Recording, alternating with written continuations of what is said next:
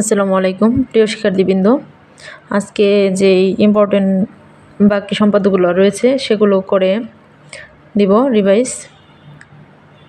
প্রথমে স্টার্ট করি যে একটি পরিসীমা ও দুইটি কোণ হলে ত্রিভুজ। পরিসীমাটা মানে তিনটি বাহু দিয়েও বলতে পারে যে তিনটি বাহু দেওয়া থাকলে কি করব আমরা, তিনটি বাহু একটা ত্রিভুজের মানে সবগুলো বাহু যোগফল করলেই পরিসীমা বের হয়ে যাবে। এখন আমরা কি করব, প্রথমটা করব যে একটি পরিসীমা পি সমান দেওয়া থাকে, অনেক সময় 12, 11, 13, আমরা পি নিয়ে নিব। তারপরে দুইটি কোণ দেওয়া থাকবে এক্স। আমি এগুলা কিভাবে নিতে হয় এগুলো শিখিয়েছি, এই জন্য এখন হাতে করে দেখিয়ে দিচ্ছি আর কি, জাস্ট কীভাবে রিভাইজ দিবে। যে বিই যে কোনো একটি সরলরেখা নেই। প্রথমে লিখতে হবে যে মনে করি একটি পরিসীমা পি এবং দুইটি কোণ এক্স ওয়াই দেওয়া আছে, ত্রিভুজটি আঁকতে হবে। অঙ্কনের বিবরণ, বি যে কোনো একটি সরলরেখা নেই, বি থেকে পি এর সমান করে বিসি অংশ কাটি। বিসি বাহুর বি বিন্দুতে এক্স কোণের সমান করে সি বি, এই যে এতটুকু সমান করে এইভাবে নিব, এতটুকুর মাপ দিব, একটি নিয়ে নিব একসাথে, এই যে এতটুকু মাপ, প্রত্যেকটা বাহু একবারে কাজ করবো আমরা, এই যে তারপরে এই যে এতটুকু কাটবো এইভাবে, আবার এখন এতটুকুর মাপটা এই যে দিকে কাটবো, যে এফ দিব। এক্স কোণের সমান করে হচ্ছে সিবি এফ আঁকি, আর ওয়াই কোণের সমান করে হচ্ছে বিসি জি আঁকি। এখন কি করব, এই কোণের সমদ্বিখণ্ড যে সিবি এফ এর সমদ্বিখণ্ড কিভাবে করতে হয়, অর্ধেকের বেশি ব্যাসার্ধ নিয়ে এইভাবে, আর এখান থেকে হচ্ছে এইভাবে, এই যে অর্ধেকের বেশি, যে সিবি এফ এর সমদ্বিখণ্ড হচ্ছে বিএল, বিসিজি এর সমদ্বিখণ্ড যে এইখান থেকে কম্পাস ধরবো এইভাবে, আবার এখান থেকে ধরবো অর্ধেকের বেশি, এই যে এইভাবে, এই যে এইভাবে আসবে। এখন কি করব যে বিএল আর হচ্ছে সিএম পরস্পরকে কি বিন্দুতে, যে বিএল বাহু সিএম বাহু পরস্পরকে বিন্দুতে ছেদ করে, এ বিন্দুতে সিবিএল এর সমান করে বি এ বি প্রাইম আঁকি। এই যে এখানে এতটুকু মাপটা আমি কি করব, এইখান থেকে নিয়ে এইভাবে কাটবো। তারপর এই যে অতটুকু মাপ, এই যে অতটুকু মাপটা কম্পাস দিয়ে এইভাবে ধরে এইভাবে কাটবো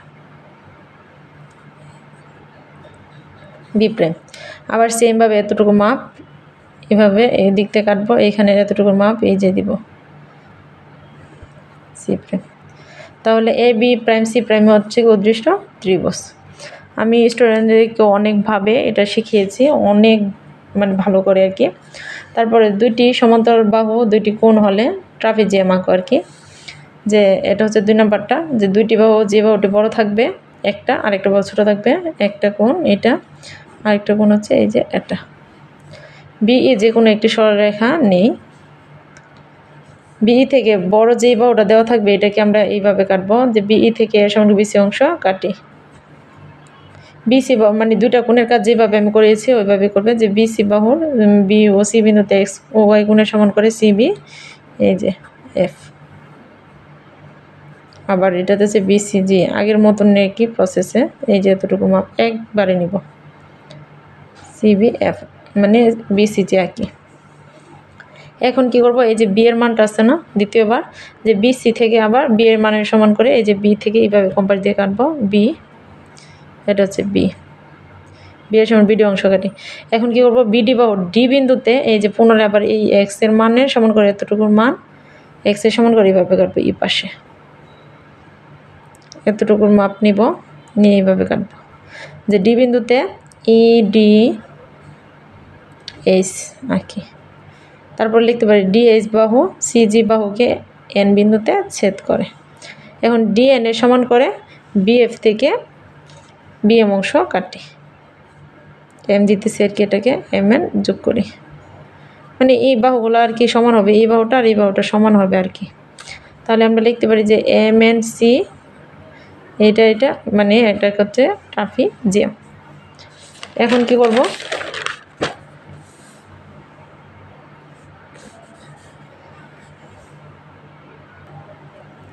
একটি অঙ্কিত লম্বের দৈর্ঘ্য দেওয়া আছে হচ্ছে এ বা অথবা এইচ, আর দুইটি কোণ দেওয়া আছে এক্স আর ওয়াই।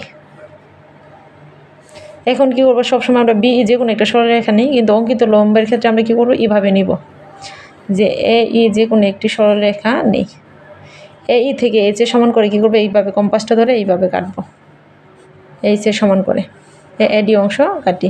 এখন কি করব, এ বিন্দুতে লম্ব আর কি, যে এ বিন্দুতে এইভাবে ধরে এইভাবে মানে এইভাবে ধরে এইভাবে তারপর হচ্ছে লম্ব মানে 90 ডিগ্রি যেভাবে শিখেছি এইভাবে আর কি। এই যে এখানে এ বিন্দুতে আমরা পি এ কিউ সরলরেখা আঁকি, আবার ডি বিন্দুতে এই যে আবার 90 ডিগ্রি এই পাশ থেকে এই যে এই পাশ থেকে কম্পাসটাকে এইভাবে নিব। এইভাবে আসলে এই যে এইখান থেকে যতটুকু মাপ নিব এতটুকু দিব, আবার সেমভাবে এতটুকু, পরে এতটুকু, মানে সমান আর কি, কোনো নড়ানো যাবে না কম্পাসটাকে। তারপরে কি হবে যে ডি বিন্দুতে এম ডি এন সরলরেখা আঁকি। এখন কি করব, এ বিন্দুতে এই যে এইখানের এক্স এর মাপটা নিয়ে যতটুকু আসে একটা এই যে এইখান থেকে কাটবো, তারপর হচ্ছে এইখানের এতটুকু মাপ এই যে এইখান থেকে ধরবো, ধরে এইভাবে কাটবো, এই যে এখান থেকে ধরে এইভাবে। এখন এই যে এইভাবে যোগ করব, যে এ বিন্দুতে এক্স কোণের সমান করে পি এ বি আঁকি, আর আবার ওয়াই কোণের সমান করে হচ্ছে এই যে ওয়াই কোণের সমান করে কিউ এ সি আঁকি। এইখান থেকে ধরবো এই যে এইভাবে দিব, তারপর হচ্ছে এইখানের মাপটা এইখান থেকে ধরে এইভাবে দিব, তারপর হচ্ছে আসবে এই যে এতটুকু।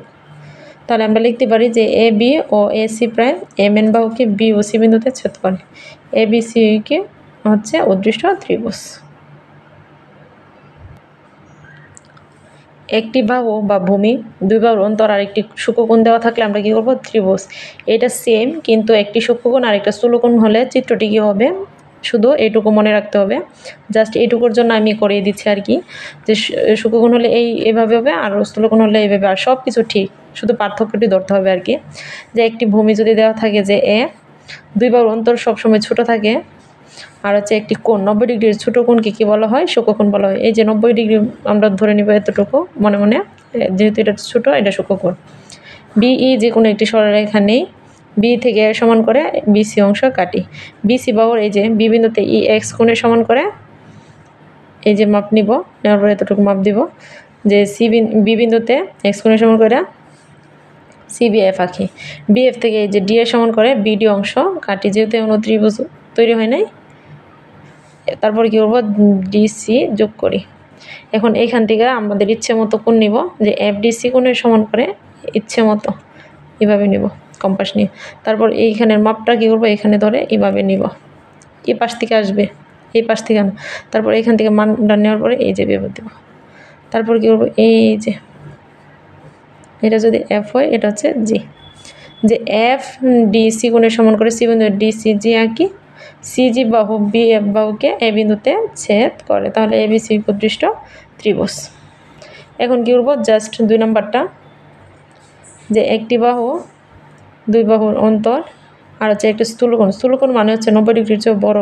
এই যে এটা অটোমেটিক এটা 90 ডিগ্রি যেহেতু বড়, আমরা কী করবো, এখন বিই যে কোনো একটি সরলরেখা নেই, বি থেকে যে এ সমান করে বিসি অংশ বিডি অংশ কাটি, বিসি অংশ কাটি আর কি।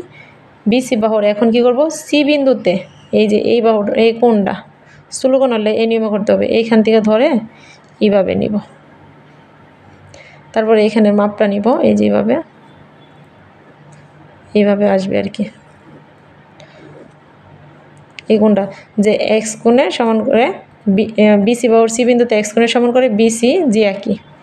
সিজি বাহুকে এইচ পর্যন্ত বর্ধিত করি, সি এইচ থেকে এই যে এতটুকু ডি এর সমান করে সি এইচ থেকে ডি এর সমান করে বিডি অংশ কাটি, এখানে হচ্ছে ডি এর সমান করে সিডি অংশ কাটি।